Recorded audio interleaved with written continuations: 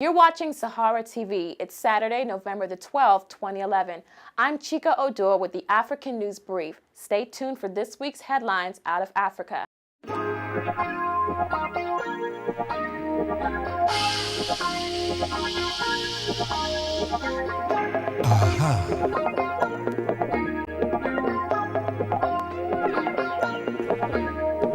If you have an iPhone, then you just might be able to fight against Uganda's Lord's Resistance Army.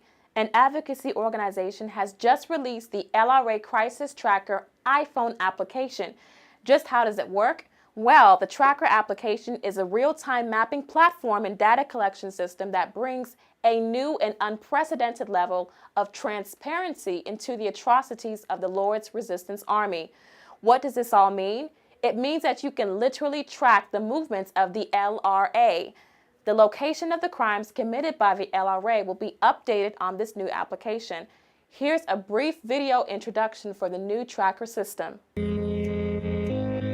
Welcome to the LRA Crisis Tracker. This site was created to collect and publish data on the Lord's Resistance Army, or LRA, a terrorist organization in Central Africa responsible for the continent's longest-running armed conflict. Our hope is that by accurately documenting and sharing the LRA's crimes, that this conflict no longer stays invisible. Data for this site is collected through NGOs, regional actors, and daily security broadcasts from communities linked into Invisible Children's early warning radio network.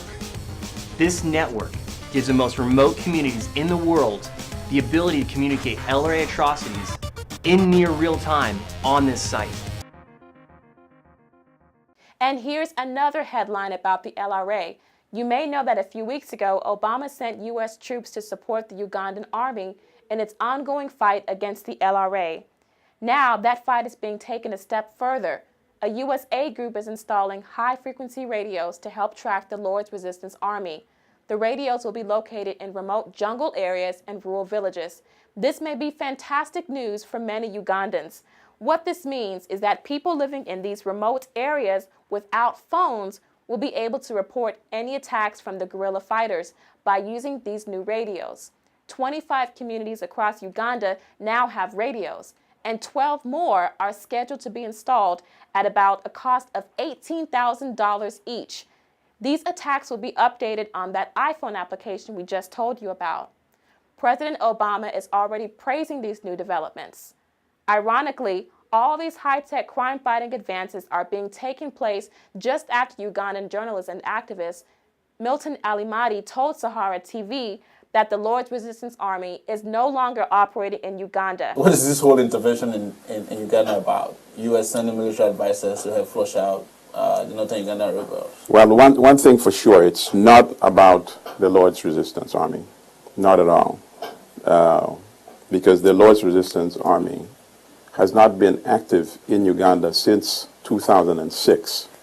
Alimadi told Sahara TV just last week that the Lord's Resistance Army has not been active since 2006 in Uganda. The new iPhone application and radio alerts will prove if this is true or not.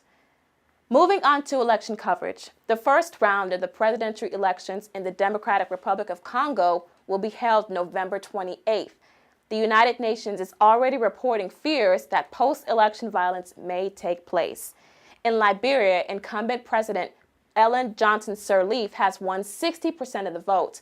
The elections were tainted by violent clashes between the police and opposition protesters. The final results of the election will be confirmed next week. More conflict news is still coming out of Nigeria as rioting left 6 people dead in Kaduna State this week. The riot broke out following the death of a Hausa youth by a Christian mob. The attacks have led to the death of the village head. Authorities have imposed a 24-hour curfew in the town of Kamfanchan, where the riots occurred. Staying on Nigerian headlines, an Austrian newspaper reported that oil minister Alison Madueke bought a mansion in Vienna for nearly 20 million euros. That's more than 27 million US dollars. That's more than 4 billion naira. One of her neighbors reportedly is former OPEC boss Rwani Lukman. It's a small world indeed. As of today, Madueke has yet to respond to this, but The spokesperson for the Nigerian National Petroleum Corporation has denied the allegations. Madueke is Nigeria's first female oil minister, but she's not the first Nigerian politician accused of buying foreign properties for an outrageous amount of money, and she may not be the last. In fact, last week, earlier corruption reports done by Lagos-based 234 Next reporters regarding the minister won the FAIR Award in South Africa.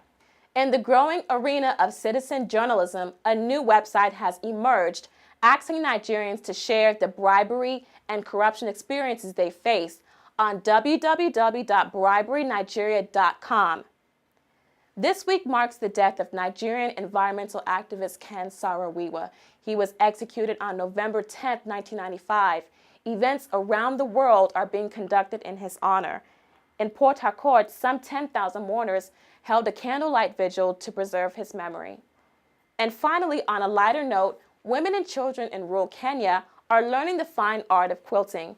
They're using quilts to illustrate their stories and life experiences dealing with poverty, gender discrimination, and the like. The advocacy quilts not only depict important messages, but they may also bring a smile to your face as well. That's all we have today for the African News Brief. For more on these stories and other headlines, check out SaharaReporters.com.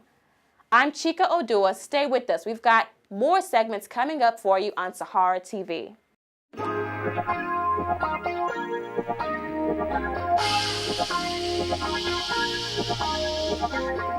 Aha.